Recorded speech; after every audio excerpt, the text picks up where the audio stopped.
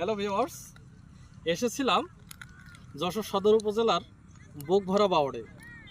এই বাওড়টা কিন্তু এই অঞ্চলের ব্যবসা বাণিজ্য কৃষির অন্যতম একটি উৎস। এখানে যথেষ্ট পরিমাণ প্রাকৃতিক মৎস্য সম্পদ আরোহণ করা হয়। তাছাড়া শীতের শুরুতে এখানে আসে অতিথি পাখি, যেটা জীববৈচিত্র্য রক্ষার জন্য একটা গুরুত্বপূর্ণ ভূমিকা পালন করছে।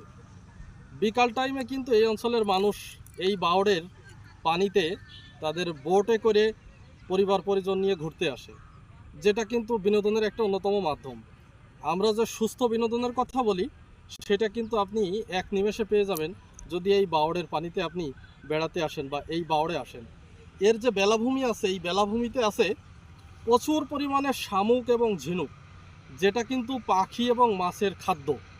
সেই লোভে কিন্তু এখানে প্রচুর পরিমাণে পাখি এবং মাছের প্রজনন হয়, যেটা আপনি স্বচক্ষে দেখলে বিস্মিত হবেন আশা করি।